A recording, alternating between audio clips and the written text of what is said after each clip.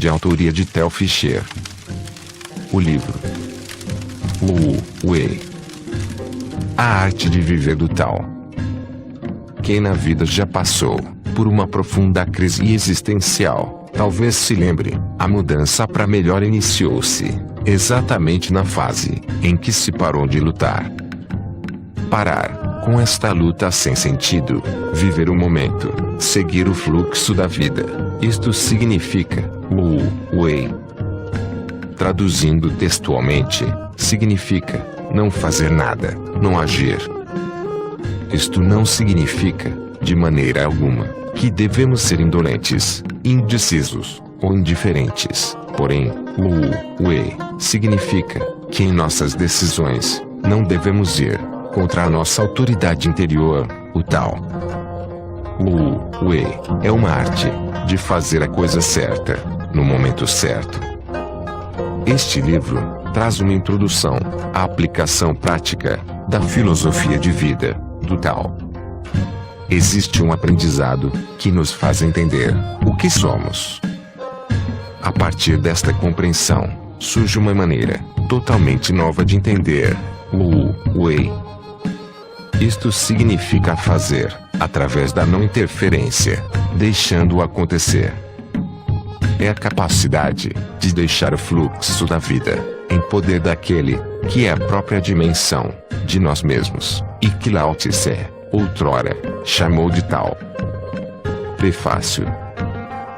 Prezada leitora, prezado leitor, não espere encontrar neste livro uma retrospectiva histórica da origem do taoísmo.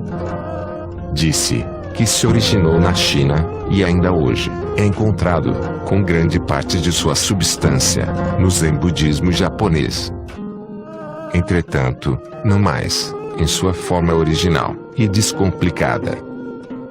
Caso você se interesse pela história de Tao, você pode encontrá-la nas obras de diversos autores.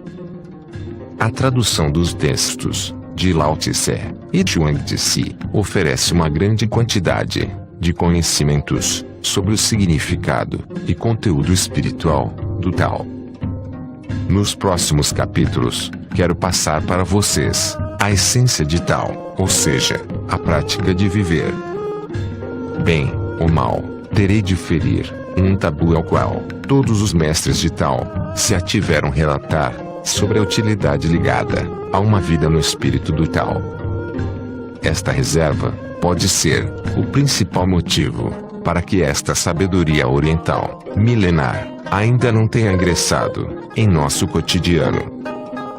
Por outro lado, ocultar a grande utilidade desta forma de vida, como que tem como motivo o problema de que deve-se seguir esta filosofia sem um motivo, sem a expectativa de uma recompensa, ela deve funcionar.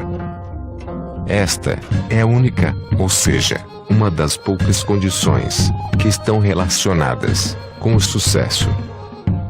Não é necessário nenhuma crença, não se exige nenhuma religião. Tal é a mais pura sabedoria de vida.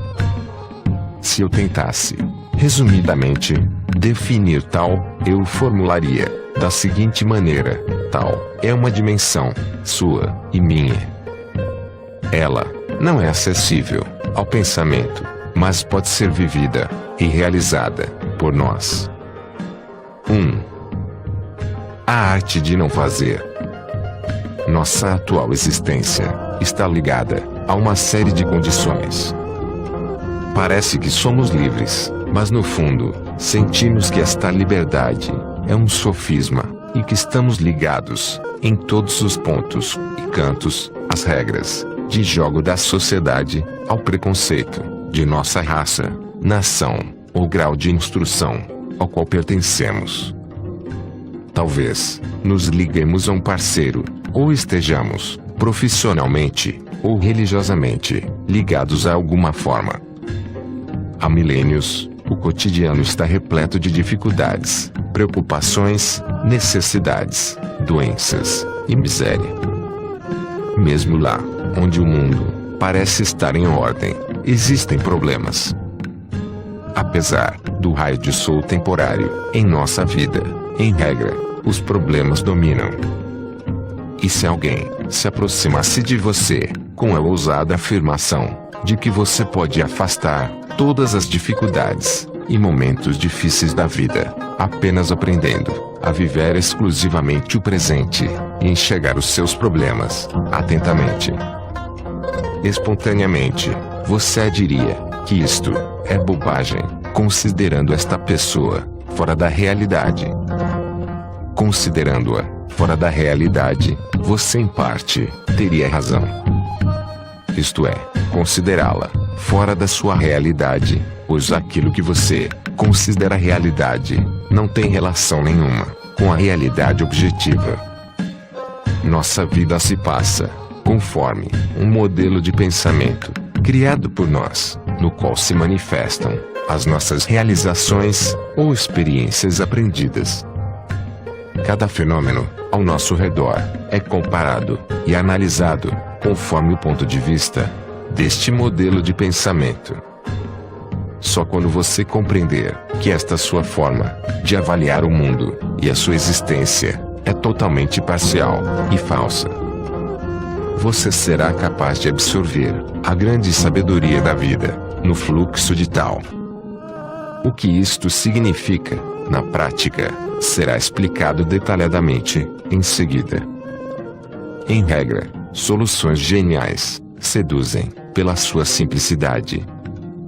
A solução proposta para todos os nossos problemas de vida parece ser muito simples, de maneira que parece não haver nem energia, nem efeito por trás disto, mas esta impressão engana. O que é bonito no tal é que você não precisa acreditar em nada, não há exercícios obscuros prescritos, não há regras morais severas para alcançar o sucesso, mas vive-se o tal, e você pode sentir o efeito mais forte, da maneira mais simples, tentando.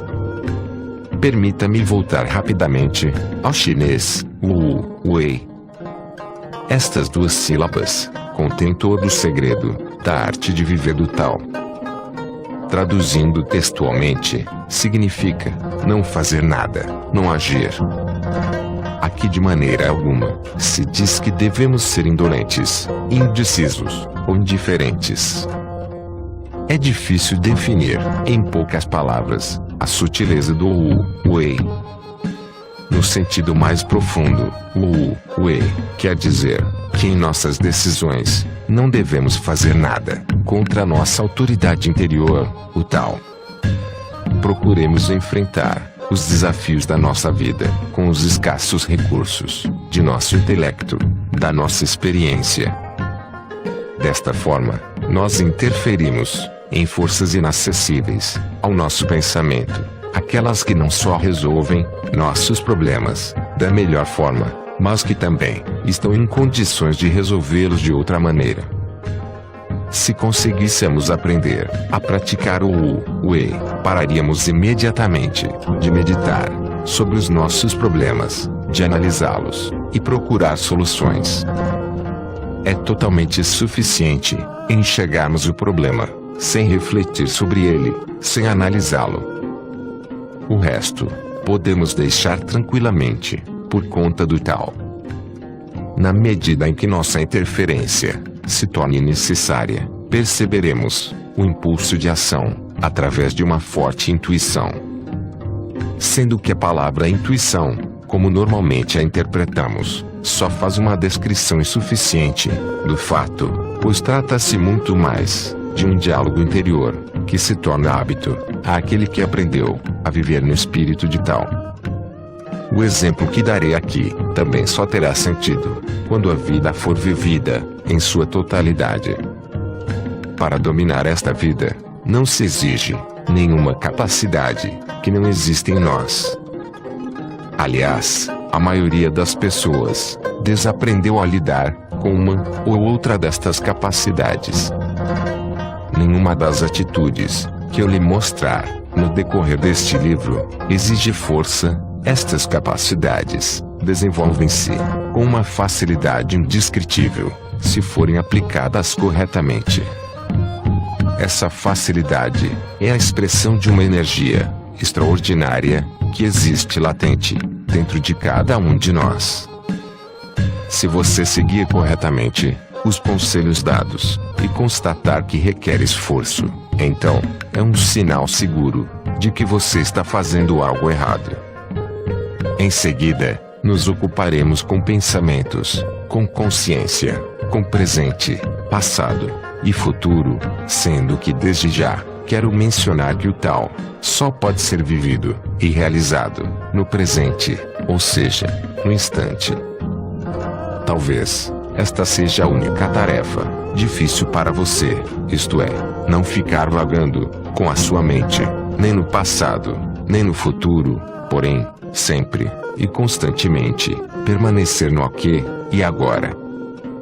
Não é difícil, apenas por causa do nosso costume de estar com o pensamento em todos os lugares, menos no momento imediato, mas muito difícil, porque nosso cotidiano não nos parece suficientemente satisfatório para desejarmos enxergá-lo e vivê-lo intensamente.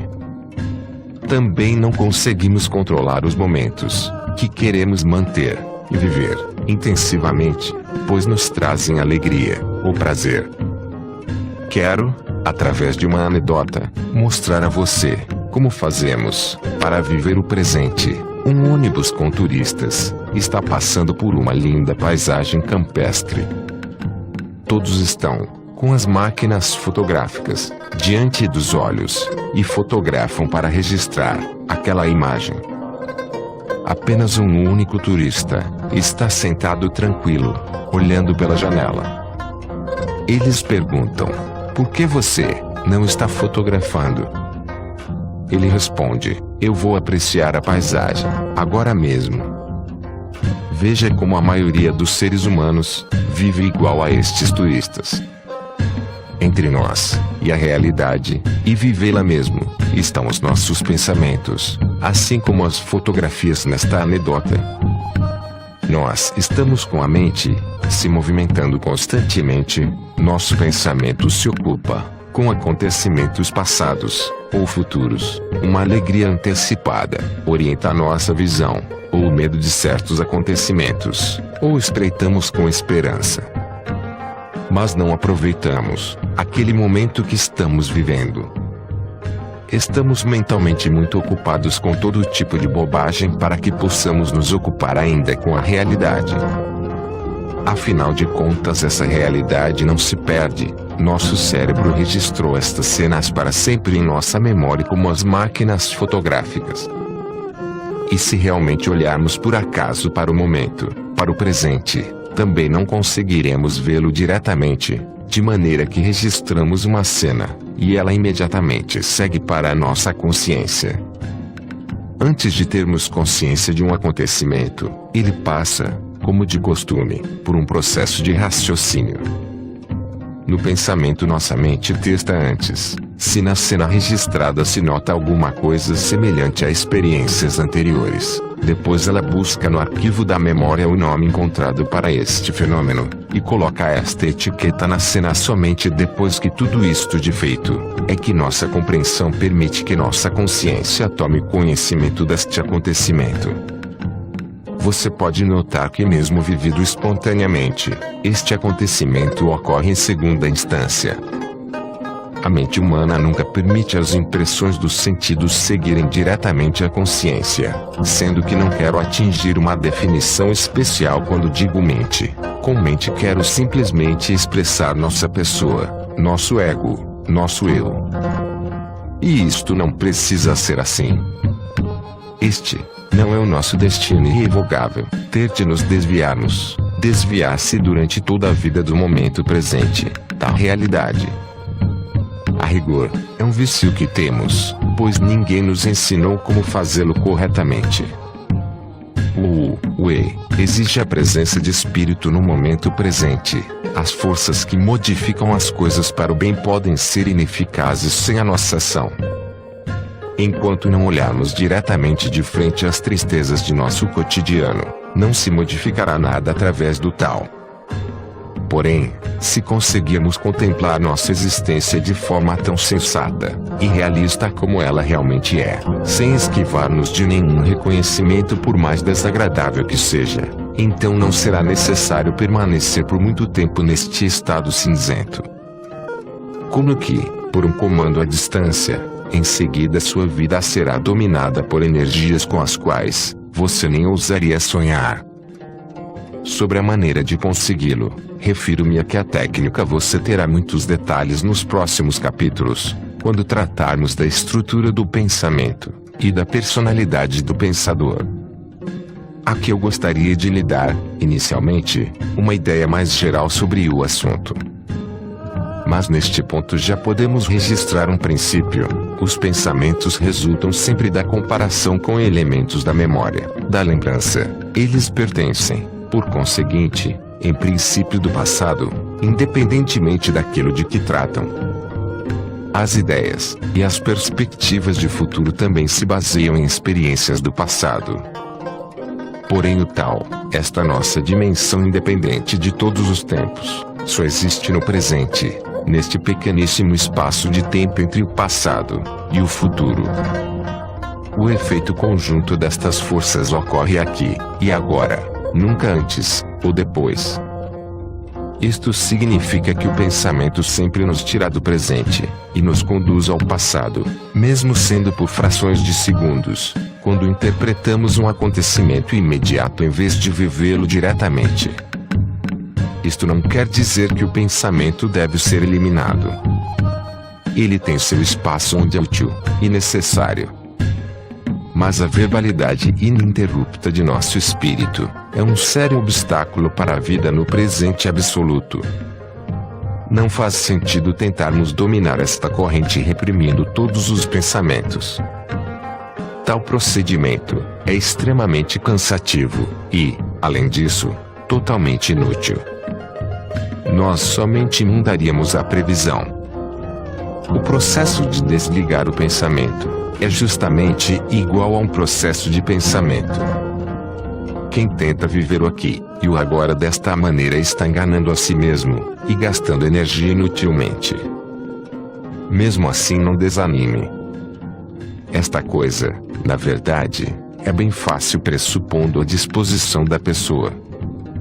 Aqui também não são necessários desempenhos recordes, pois viver no presente sem perder-se em pensamentos não é nenhuma disciplina olímpica. Inclusive no tal, os empenhos para alcançar algo não são considerados. É bom não ter um objetivo, ser ambicioso, nenhum motivo. O esforço humano, para de alguma maneira, sempre ser melhor do que os outros, ou que nós mesmos, no estado presente, é ridículo. Acreditamos que toda pessoa na verdade, é bem mais do que poderia se tornar um dia. O estado completo da vida em Wu-Wei é visto no Zen Budismo como uma inspiração, uma realização de Buda. A percepção direta e atenta dos acontecimentos imediatos é chamada de consciência sem domicílio, ou o espírito sem domicílio. Com esta consciência, o espírito, a força criadora já foi incluída na vida do praticante.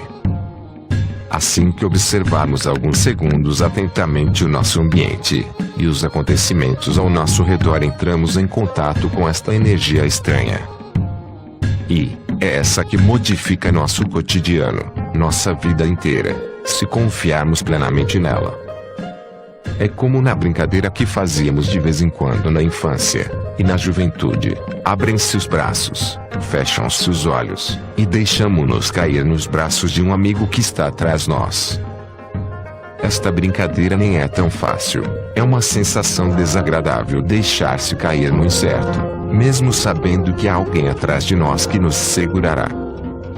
A experiência do espírito sem domicílio tem a mesma importância que a capacidade de observar naturalmente, não partindo de nenhum centro interior, simplesmente observar, por exemplo, um passarinho na janela, ou o gato do vizinho.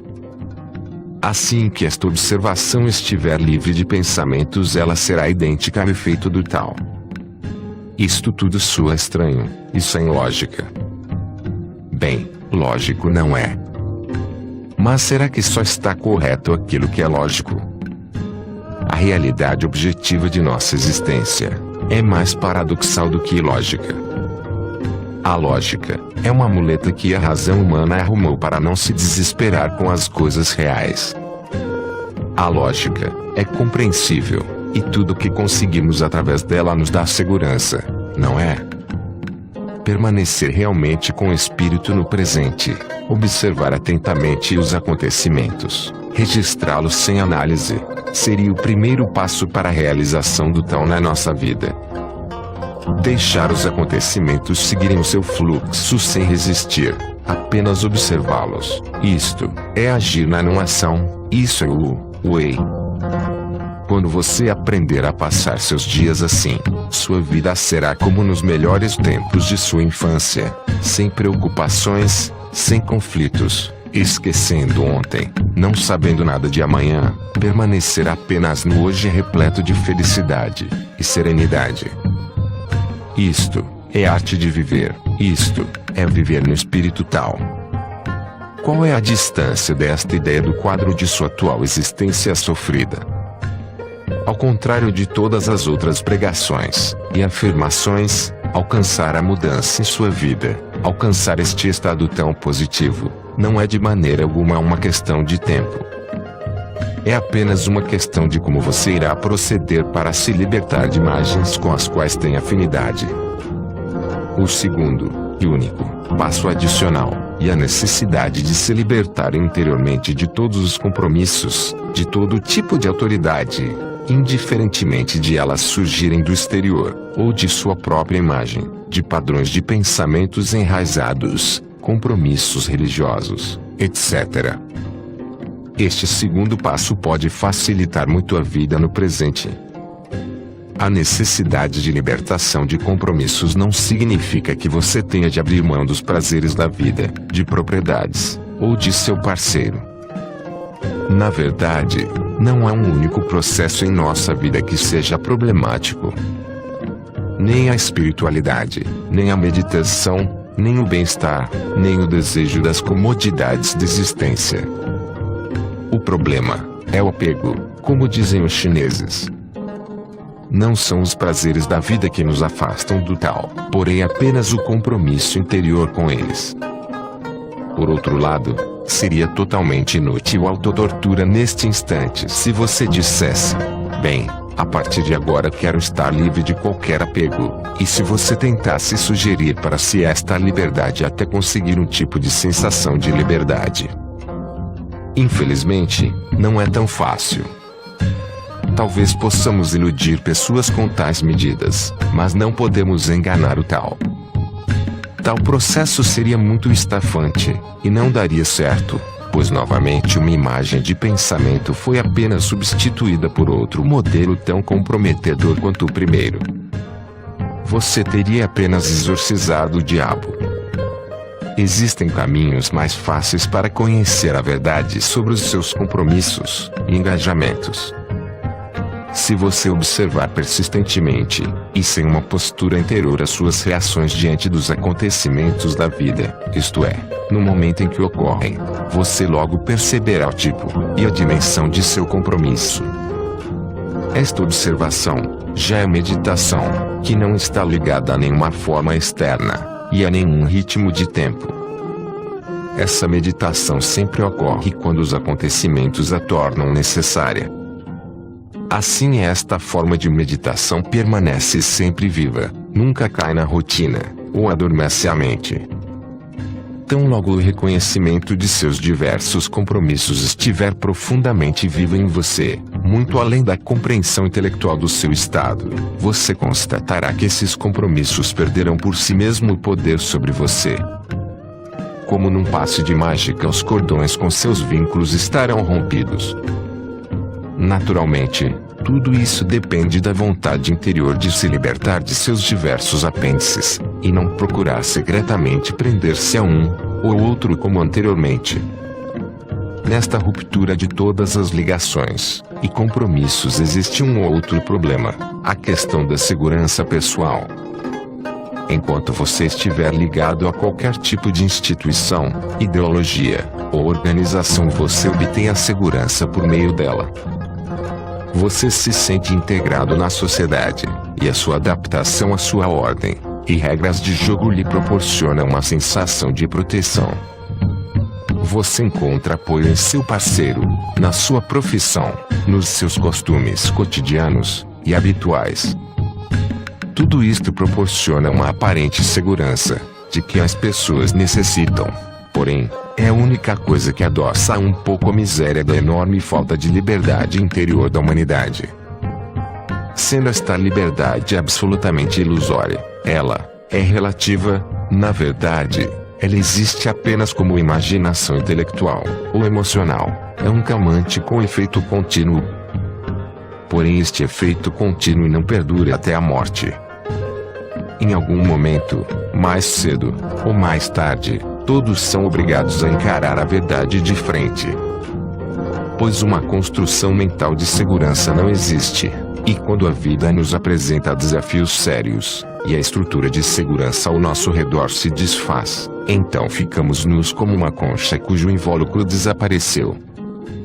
A pessoa a qual isto acontece diariamente no mundo todo deve reconhecer que fez uma construção sobre a areia. Sente que perdeu todos os apoios e pontos de orientação. Mas geralmente, é neste momento que ela vive uma experiência que a maioria de nós nem consegue interpretar. Se você na vida já passou por uma crise profunda que chegou até os fundamentos de sua existência, então você lembrará que a mudança para melhor ocorreu justamente naquela fase em que se entregou por estar muito exausto para continuar a lutar. Naquela época você simplesmente experimentou a mão do Tao, pois ela surge com força em nossa vida naquele momento em que tiramos a mão do leme, quando desistimos. Assim esta enorme força estranha pode tornar-se eficaz, e precisamente com uma inteligência que opera muito além do pensamento. Nossos problemas existenciais solucionam-se de uma forma que depende de uma sabedoria tão profunda que a nossa razão não a possui. Aqui você pode perceber como é insensato prender-se a estas seguranças aparentes que o cotidiano nos oferece.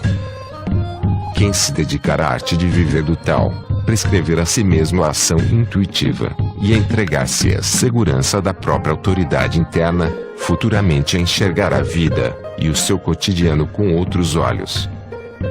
Este comportamento espiritual é a verdadeira segurança, mas, curiosamente, o pensamento em segurança perde a sua grande importância uma vez que aprendemos a deixar nossa vida por conta do fluxo do Tao. Pois o fluxo da vida é idêntico ao Tao, assim como nós também somos idênticos a ele. A partir do momento em que você perceber isto, não será mais necessário lutar e esgotar-se, ocupar-se dia e noite com as suas preocupações e necessidades. E perceberá que sua vida consiste na mistura de poucas alegrias e muitos problemas. Você pode riscar qualquer tipo de objetivo de seu pensamento, pois se você seguir atentamente aqui e agora o decurso da vida, este o levará a todo o local desejado, a todo objetivo, antes mesmo que você possa imaginá-lo. Sim, é indispensável que você desista de seus motivos, seu próprio esforço, seus desejos de ser algo que ainda não é. Você precisa aprender a não fazer mais nada, a observar e ser atento. Esta é a verdadeira forma da ação inteligente. Ele agirá por você melhor do que sua razão conseguirá. Uma pessoa que realmente entender esta verdade viverá além de seu meio espiritual. Isso significa, antes de mais nada, não estar ligado a nenhuma direção. Assim você poderá, a partir, e a retornar ao seu centro. Centro que não deve ser compreendido como um lugar, muito pelo contrário, por mais estranho que soe, tal centro tem dimensões universais cósmicas, e não está ligado a um local na altura de seu plexo, entrelaçamento de nervos vegetativos, do seu coração, ou da sua barriga. Uma pessoa que vive além do seu centro, pode estar repleta de muita espiritualidade, e sempre entregar-se à alegre, e serenamente a todo tipo de prazer físico. Depois de ter acabado, ele volta ao seu centro sem que nenhum sinal deste acontecimento mantenha o seu espírito preso. Esta é a expressão da verdadeira liberdade. Todas as tentativas de orientar as pessoas unilateralmente, por exemplo, indicando-lhes uma vida religiosa severa, e colocando-lhes todo o prazer de vida como pecado, e proibindo-os, tornam qualquer pessoa incapaz de viver além do centro. Ela está parcialmente atrofiada. E aqueles que lhe indicaram essa maneira de vida como necessária não são nem um pouco melhores. Neste caso, loucos são orientados por loucos. Deixe-me resumir o que foi colocado até agora. O tal não é um caminho, mas é o passo para si próprio, e para a própria autoridade interna. O Wu-Wei significa não querer agir por si, mas deixar a ação e a decisão para esta autoridade mencionada. Além da disposição de tirar a mão do leme de nossa vida, existe a necessidade de voltarmos a nossa razão cada vez mais para o presente. Na mesma proporção em que nós, ao invés de constantemente circularmos nossos pensamentos pelo passado e pelo futuro, observarmos o nosso cotidiano, lhe darmos total atenção, nossa vida e nossa visão de vida mudarão. Neste caso não se exige nenhuma perfeição olímpica. Aqui vale viver o aqui e o agora, no momento, e com segurança. A liberdade de opinião e de qualquer ligação completa o quadro de uma nova forma de vida. Tal liberdade pode ser alcançada por qualquer pessoa desde que se mantenha dentro dos conselhos dados. 2. Liberte-se de seus compromissos. Há milênios a estrutura da sociedade é sempre dirigida por um pequeno grupo de poderosos, independente do tipo de governo que tal sociedade aceitou. E este grupo governante dita ao povo o que é bom para ele, ou seja, o povo deve aceitar o que beneficia os poderosos. Em nossa época podemos considerar a globalização financeira como o poder. Este grupo rege o quadro que marca a nossa sociedade. Atualmente podemos votar para escolher nosso governo, mas a rigor a escolha não é muito grande, pois temos apenas a escolha entre muito poucas ideologias que, em princípio, são muito semelhantes, e que, juntas, no fundo, de alguma maneira estão no fluxo do grupo governante. Além disso, por fim, quem governa é um partido que é bem visto, no máximo, pela metade dos eleitores.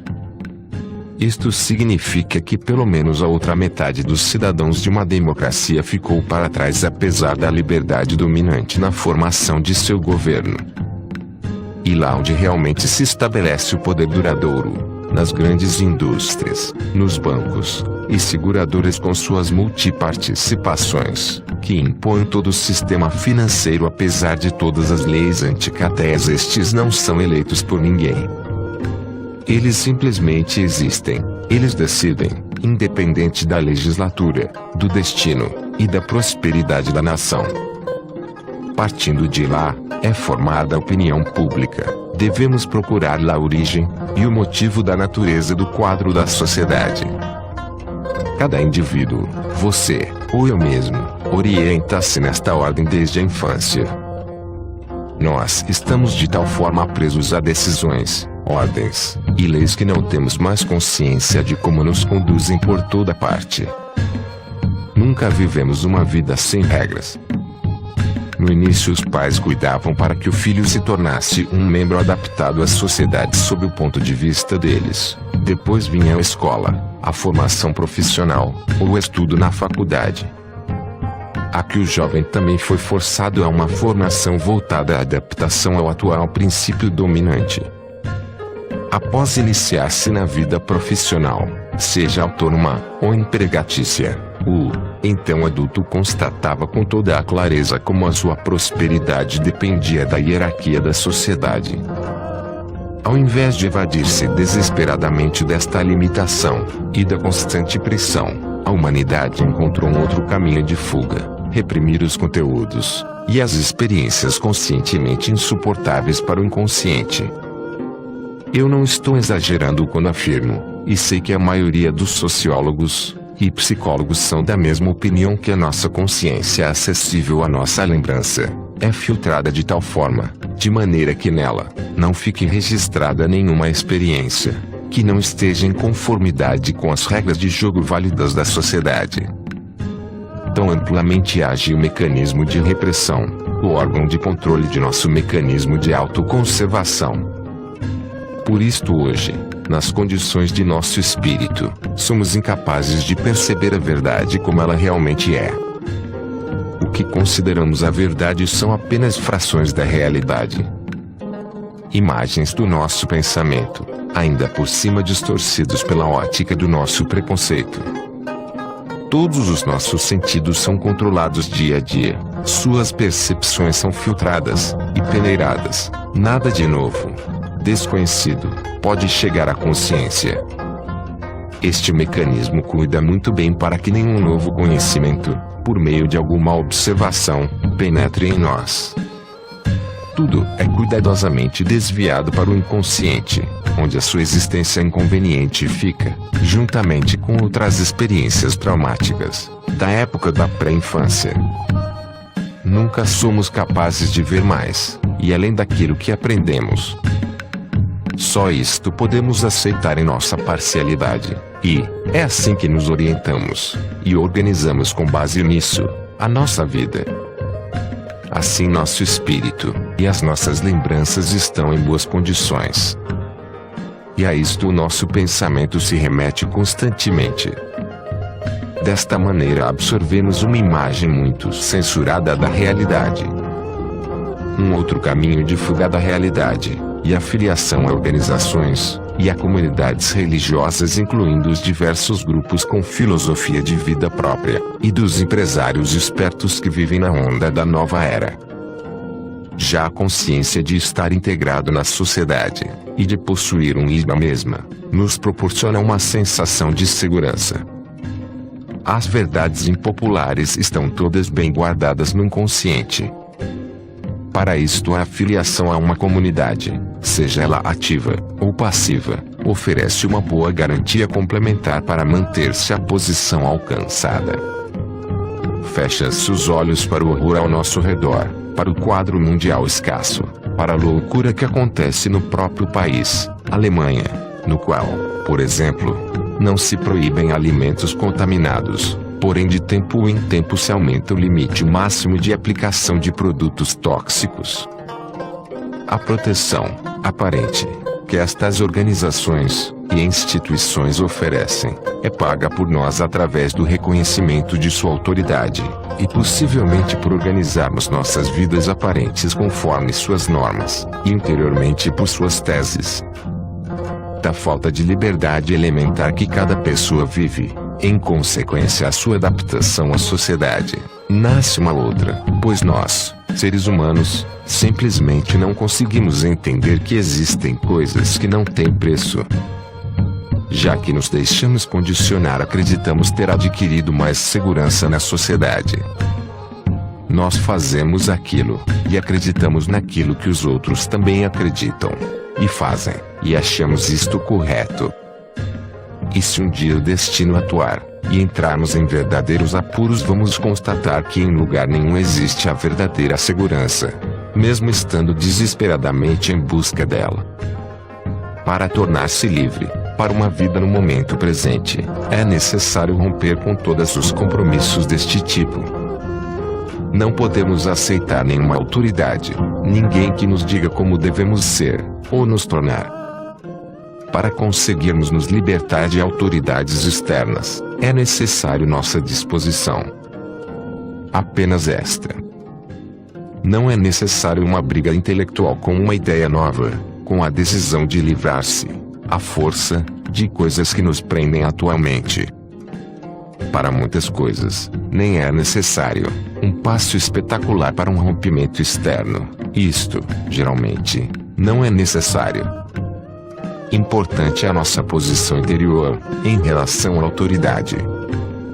Temos de entender que a vida pode ser diferente daquilo que pensávamos até agora. O passo para a liberdade interior inicia-se com o reconhecimento de nossos compromissos, e é necessário observá-los até poder identificar seus perigos. Este processo já é suficiente. Com a nossa atenção, que não deve ser perturbada por pensamentos, estes compromissos perdem a sua influência sobre nós. Nós nos tornamos livres e desprendidos. Em hipótese nenhuma você deve analisar seus compromissos baseado nas suas análises intelectuais. Se fizer isto, não faz mal, mas também não terá vantagens. O que pode acontecer é você confundir esta análise com a observação, e se admirar, porque estes compromissos que desfizemos tão conscienciosamente ainda existem, e limitam. Aliás, eu quero dizer que você alcançará mais facilmente a nova maneira de viver, de realmente estar presente aqui e agora, se esquecer qualquer tipo de conhecimento. Tudo aquilo que você aprendeu até o momento atual não serve para a prática de vida do tal. O conhecimento pode ajudá-lo na profissão, ou quando você quer pregar um prego na parede. Mas para o seu desenvolvimento espiritual ele só estará atrapalhando. Você deve realmente olhar para a sua vida com olhos inocentes, com os olhos ingênuos de uma criança. Então perceberá que as coisas mudam, que os seus dias transcorrerão de maneira diferente. Você estará incorporado a um processo que por si fará com grande inteligência aquilo que é o correto para você. Você de maneira alguma perde a sua própria vontade, mas a sua ação será mais sábia, pois você tomará as decisões corretas diante dos desafios do cotidiano, e em situações excepcionais. Então fique sabendo, é necessário descobrir todas as sombras de seus compromissos, observá-las, dar atenção a elas, até que você tenha compreendido profundamente a extensão de seu aprisionamento. Só prestar atenção já traz mudanças. Como em todo processo, é condição que você faça as suas observações exclusivamente no presente.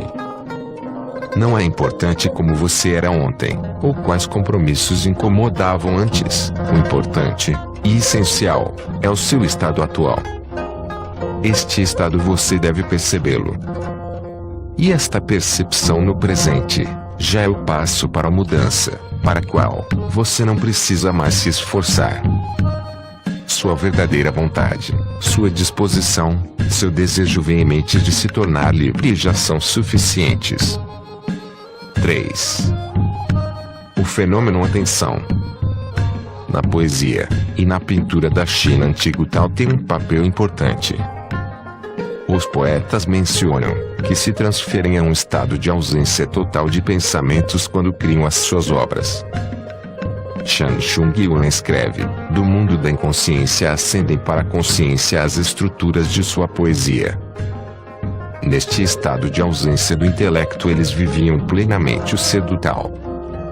E quando, hoje, após tanto tempo, lemos as suas poesias, é impossível uma pessoa sensível esquivar-se deste encanto, mesmo tratando-se de uma tradução onde a diversidade da linguagem de símbolos chineses foi forçosamente limitada pela inevitável interpretação do tradutor. A ausência de pensamentos está relacionada também com o importante instrumento descrito nos capítulos anteriores, que está à nossa disposição para dominarmos a vida: a atenção. Estou utilizando aqui uma expressão da linguagem do cotidiano, pois ela é a que mais se aproxima deste fenômeno, entretanto sem abrangê-lo completamente. Esta atenção não é algo que podemos simplesmente conseguir, como por exemplo, a concentração.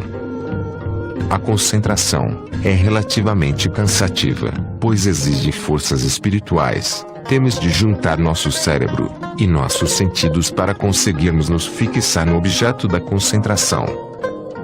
A concentração volta-se para um determinado ponto e parte do cérebro. É um processo do pensamento, e por isto material, já que todo tipo de pensamento é matéria, como em seguida ainda vou lhes esclarecer. A atenção não tem nada a ver com o pensamento. Muito pelo contrário. Os pensamentos sempre falsificam a concentração. Eles sem querer a transformam em alguma outra coisa que é muito semelhante à concentração. Eu já disse anteriormente que a atenção expressa mais do que esta palavra de nossa linguagem. Na verdade, não existe nenhum conceito em nossa língua para este instrumento poderoso de nosso espírito, para este ponto tão próximo a dimensões estranhas, que faça jus ao seu efeito. Por isso, bem ou mal teremos de utilizar a expressão atenção. Como eu já disse, não se consegue simplesmente a atenção. Isto é certo. A atenção surge por si própria quando determinadas condições são preenchidas. Uma das condições eu a descrevi no 2º capítulo, é a libertação de qualquer compromisso interior, ou exterior, a libertação de autoridade. Nós a alcançamos através da observação detalhada de nossos diversos compromissos, e a partir daí a liberdade surge por si. Observar é a segunda condição para que a atenção entre em nossa vida. Nosso espírito, em nosso cérebro em seu atual estado preguiçosos, indolente, insensíveis. Nossos pensamentos se movimentam constantemente em círculo, ruminando sempre acontecimentos sem importância, ou aparentemente importantes. Os pensamentos não param nenhum segundo, e não conhecemos outro estado que não aquele mecanismo de pensamento totalmente desnecessário e corriqueiro. Observar não é um processo intelectual. Na verdade, é uma coisa muito simples. Nós notamos algo, talvez uma borboleta, ou uma nuvem com um formato interessante, e olhamos para ela. Nada mais. Isto seria observar. Parece muito fácil. Mas vou lhe dizer o que realmente fazemos. Não é verdade que simplesmente olhamos para ela. Infelizmente apenas acreditamos nisto. Quando repentinamente surge uma linda borboleta diante de nossos olhos, isto ocorre durante o processo habitual dos nossos pensamentos corriqueiros. O estímulo do nosso sentido chega ao nosso cérebro. Neste meio tempo, exagerando um pouco, a borboleta se afastou um tanto de nós, e desapareceu de nossa visão para trás de uma árvore. Somente com esta demora nossa mente reage.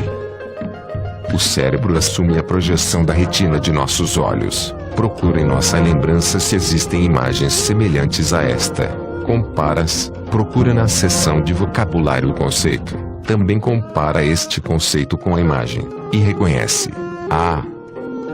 Uma borboleta. Somente agora o seu consciente recebe a informação de que você viu uma borboleta bonita. Aqui não se pode falar de vida espontânea, direta. Como já disse, caricaturei um pouco a coisa para esclarecer melhor, mas continua existindo o fato de que mesmo este processo comparativo de pensamentos ocorrendo em fração de segundos, tão rápido que nem registramos, pensamos que o nosso momento com a borboleta que observamos é imediato.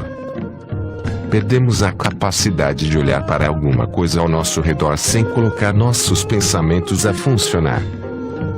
Este problema deve ser solucionado para que haja perspectivas da entrada de atenção em nossa vida. Quando no 1º capítulo descrevi como os problemas são solucionados, isto é, apenas através desta observação, isto deve ter lhe parecido muito simples. Eu acredito que aos poucos fica claro que a coisa não é tão simples assim. A ação é, e continua sendo relativamente fácil. O que complica a história é nosso terrível costume de pensar. Não sabemos ser diferentes, temos de examinar e analisar tudo. Este comportamento está tão arraigado em nós que nem percebemos mais este mecanismo. Operamos grotescamente com esta forma de examinar as coisas, afastando-nos da realidade da mesma maneira que os turistas no ônibus que fotografam em vez de olhar. O que observamos em nossa forma habitual não é a realidade, porém a lembrança que temos dela. Vivemos os acontecimentos ao nosso redor sempre no passado, pois nos tornamos incapazes de olhar e observar no presente. Nós temos de reaprender a simplesmente contemplar coisas sem compará-las com as nossas lembranças, ou identificá-las com etiquetas. Tente uma vez, olhe ao seu redor, observe a mosca na vidraça, ou a cortina, e como o vento brinca com ela. Contemple sem acompanhar este processo com os seus pensamentos. É difícil, não é? Não é fácil livrar-se de vícios que penetraram em nossa vida desde o início, pelos quais ninguém nos chamou atenção, pois todos estão presos aos mesmos costumes, e não os consideram erros. Mas é possível. Da mesma forma que se habituou a observar as coisas da maneira atual, você pode adaptar-se a esta nova maneira de agora realmente contemplar e observar espontaneamente. Aprenda e acostume-se a observar tudo com olhos cândidos, seja no cotidiano cinzento, ou em passeios. Não analise os acontecimentos, não comente, não pense montanha quando vir uma montanha, apenas olhe para ela, nada mais. E principalmente, não se contraia, não fique pensando, eu tenho de observar, não posso pensar. Caso você começasse dessa maneira, teria se afastado de outra forma das coisas observadas como se desde o início tivesse continuado no seu antigo método. Observar é um processo que ocorre de forma bem descontraída, não exige esforço, e nem outro trabalho mental. Se você não conseguir logo apenas observar, não se trave. É preferível que você continue ainda um tempo em sua antiga forma de vida, afinal, você a praticou durante muito tempo, e alguns dias a mais não farão diferença. Pois se conseguir de repente de maneira descontraída, e não forçada, sem desejo de mudança, ou melhor, sem ambição, tornar-se outra pessoa, alcançar este objetivo, você o conseguirá de mãos beijadas. No início eu já havia dito que observar é o segundo passo neste processo de vida no tal.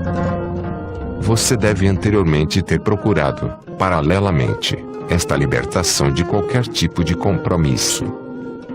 Quando esta liberdade é eficaz, a sua mente já reage mais facilmente a tudo. Assim que você se libertar de todas estas cargas, deixar por conta do tal desembaraçar as coisas, e apenas viver o aqui e o agora, só haverá pouco material para o seu pensamento se ocupar. A tranquilidade tomará conta de sua alma e de sua mente. O passado não estará preso a você, e o futuro perde aquilo que assusta e é incerto. Pois logo você perceberá por experiência própria, para uma pessoa do tal não há nada que acreditar, ela apenas vive, que todos os seus assuntos estão bem resolvidos. Como observadores nós atingimos o nível de efeito do tal. E principalmente mediante a observação dos próprios processos interiores, também essa observação sem uma tomada de posição, ou uma avaliação, conseguimos ter uma visão de nosso verdadeiro estado. Assim percebemos o que realmente está, ou não, acontecendo conosco.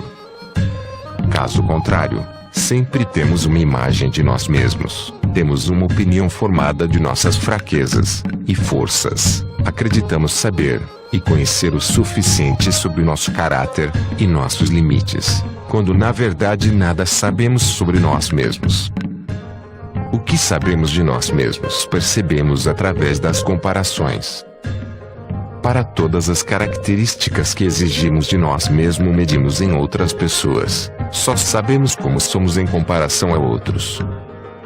Nós nos comparamos com aquilo que aprendemos, e ao que nos foi dito sobre como uma pessoa correta deve ser, como ter sucesso, o que se deve fazer para sua formação, ou como outras pessoas imaginam como devemos ser e agir. Por isto nossas ações também são relativas. Elas se orientam em parâmetros bem limitados. É muito importante que você, logo de início, entenda esta relatividade. Pois só, então poderá com suas observações encontrar e perceber confirmações de como sua vida atualmente está condicionada.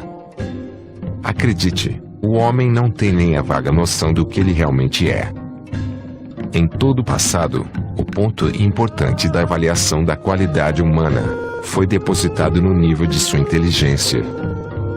Já na escola o intelecto foi cultivado.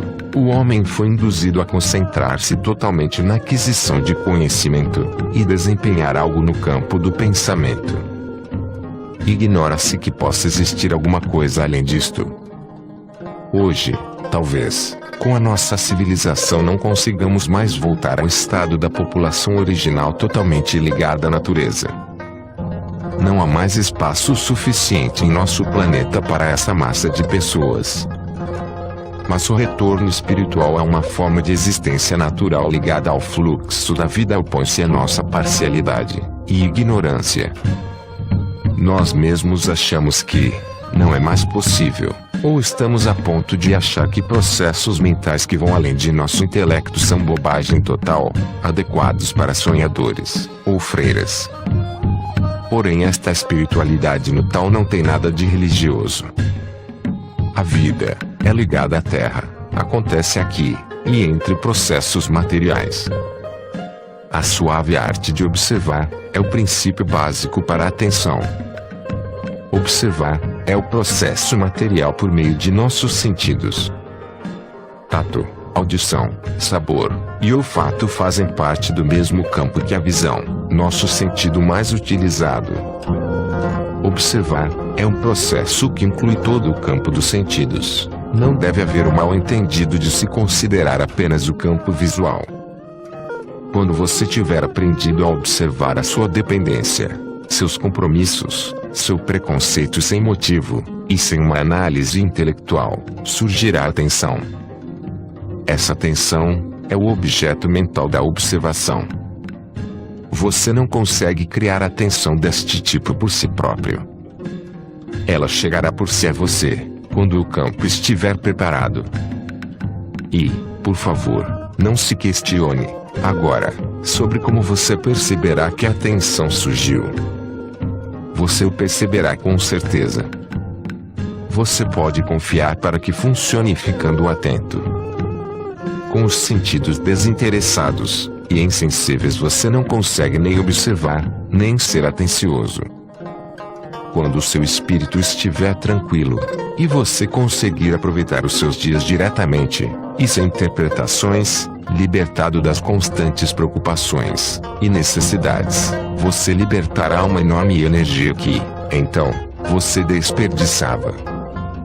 Esta energia concentra-se por si no processo de observação, e é realmente a própria atenção.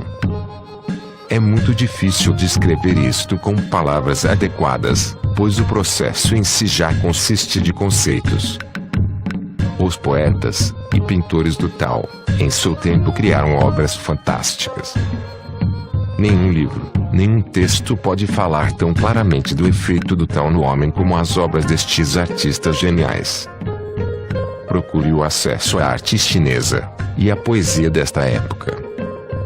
Contemple uma vez as aquarelas representando um bambuzal coberto de neve, ou leia uma poesia de Li Pu ou de Wang Wei, e deixe-se sensibilizar pela magia, pela espontaneidade de sua mensagem. Criatividade e inspiração prosperam no solo nutritivo do Wu Wei, da ação sem agir. Aqui, agir é observar, agir e atenção. Com a percepção de um processo nós o influenciamos, o modificamos. Esse processo ocorre a nosso favor, não necessitamos de nenhum ato de força para direcionar as coisas para a direção certa. Comece hoje a não dar atenção ao seu conhecimento, esqueça tudo que lhe ensinaram em relação a como o homem deve enfrentar os acontecimentos de sua vida. Tudo que lhe foi ensinado até hoje é relativo, é fraco e inadequado. A verdadeira força está na profundeza de seu espírito.